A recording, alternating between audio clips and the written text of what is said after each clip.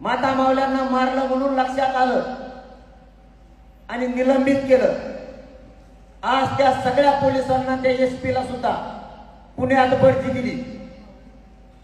पहिला तो एसपी होता, आता त्याला दुप्पट त्याची बढती केली। वारे देवेंद्र फडणवीस, आया बहिणी तुम्ही आम्हाला शिकवणार आणि आमच्या आया बहिणीला मारलं, त्या पोलिसांना तुम्ही बढती दिली, ही नियत तुमच्या आया बहिणीविषयी आणि आया बहिणी तुम्ही आम्हाला शिकवणार। त्या पोलिसांना निलंबित करण्याऐवजी, नोकरीवरून काढून टाकण्याऐवजी त्यांना मोठमोठ्या पदावर बसवलंय आणि निवडून मराठ्यांकडून येणार आणि आई बहिणीच्या भाषेत तुम्ही आम्हाला शिकवणार। तुमच्या घरातली ती आई बहीण आणि आमची राज्यातली माता मावली ही आई बहीण नाहीये।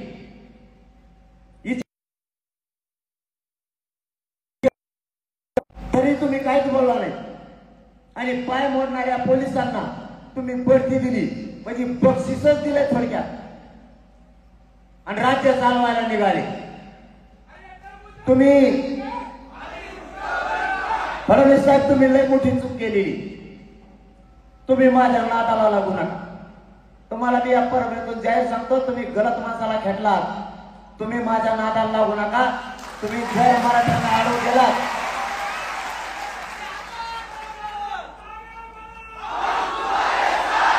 तुम्ही सारखं जर मराठ्यांना सारखं तुम्ही जर आडवं करायचा प्रयत्न केला तर मी तुम्हाला सरळ केल्याशिवाय सोडणार नाही।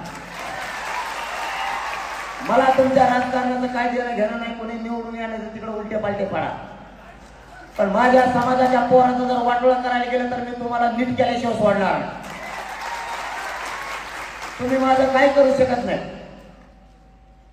तुम्हाला नाद लागलाय मला माहिती, त्या छोट्या केसेस करून लोक घाबरवण्याचा। मी त्या भेटणाऱ्याला नाहीये, दवाखान्याचा सलाईन करून आलो तुमच्या सामोर जाण्यासाठी चौकशीला येऊ दिली कोणी। तुम्ही काही दावे टाकले इथं माझ्याजवळ यशस्वी होणार, तुमचं आयुष्यातले स्वप्न पूर्ण नाही होऊ देणार।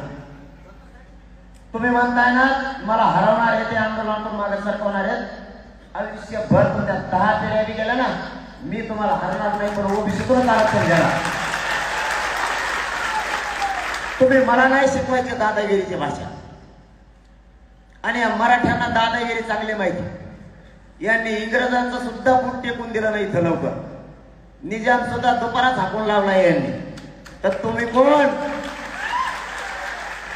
तुम्ही कोणत्या झाडाचा पाला आहे? मराठ्यांच्या नादी लागणं एवढी साधी सोपी गोष्ट नाही। तुमच्या हातात पातळ झाली, नुसते मराठी फॉर्म भरीन म्हणले तर आणखी तर पुढं लय राहिलंय। फडणवीस साहेब तुम्हाला लय बघायचं आणखी, तुम्ही फक्त बघा आणि गोळ्या घेऊन पुढे खिशाला ठेवा। आता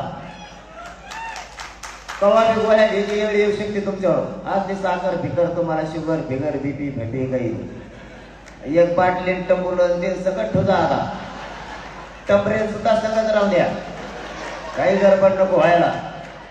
टायमाला मराठ्यांना बाथरूम सुद्धा देणार नाही तुम्हाला, कारण तुम्ही मराठ्याच्या विरोधात गेला।